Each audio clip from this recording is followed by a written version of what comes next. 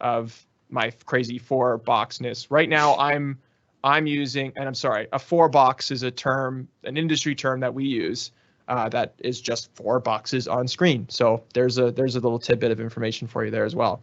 But you can see I have something going on this screen here. This is the vMix running the main part of the call. I actually have Nick looped in, calling in through vMix. vMix has its own virtual calling software similar to Zoom, but it's within here. And on top of that, I'm bringing that in via a capture card system into this laptop here in front of me, which is then streaming the event out to you. So there's a little bit of a technical breakdown on what's actually going on here. And this is a quite expensive setup.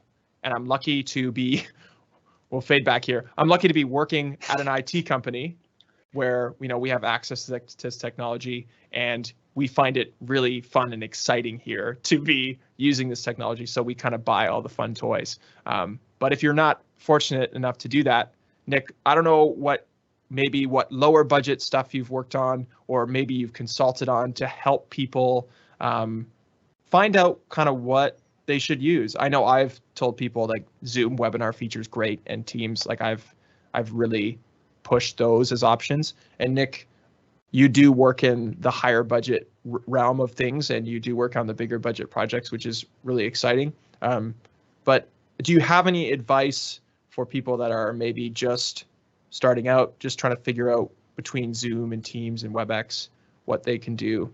Where's a good starting point for them, but with technology in general?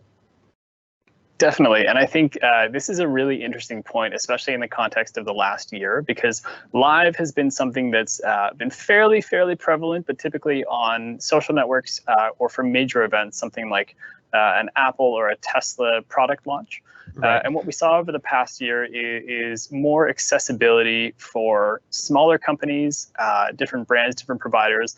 Social companies like Instagram rolled out the ability to have multiple people in a call at the same time, which is really interesting. And so in terms of what we're looking at, there's a whole gamut of resources that people can use to do webinars and to do live. Seb, the ones that you're mentioning, the WebEx, the Zoom, the Teams, typically when we look at those, I see those as mid to high range production value potential. Again, because you're integrating the capture card system and you're actually, the feed that you're putting in there is a little bit more higher produced or higher production quality, pardon me, than just that conference call. But at the other end of the gamut too, I think people have resources. If you have a lower budget, you can typically look at things like Restream or StreamYard, which are great resources that are browser-based, that allow people to be brought in from all over, just using a link, which is great. They don't have quite as much capability as some of the switchers, the technology that we use for our higher budget professional things. But the idea there being that it allows you to do a bit more of an advanced webinar or live stream using something that is accessible essentially to anybody who has access to the internet.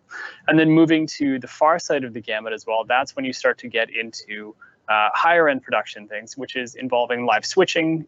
You're looking at technology like TriCasters, which are hardware switchers and encoders, vMix, which is a software switcher and encoder. And typically there's some additional things that go along with that, but that's when you really want to get into that area that we like to call advanced video production. And so that's more than a single feed, that's more than 2 feeds. That's when you're mixing and you have producers bringing people in from across the country, but you have control over what's being switched. So you can really land anywhere on that spectrum. It's just a matter of, again, who is your presentation for, what is your budget, and what's the production value you're looking to present? And I think that correlates really strongly with how are you looking to represent the brand or company that you are essentially putting that event on for. Yeah,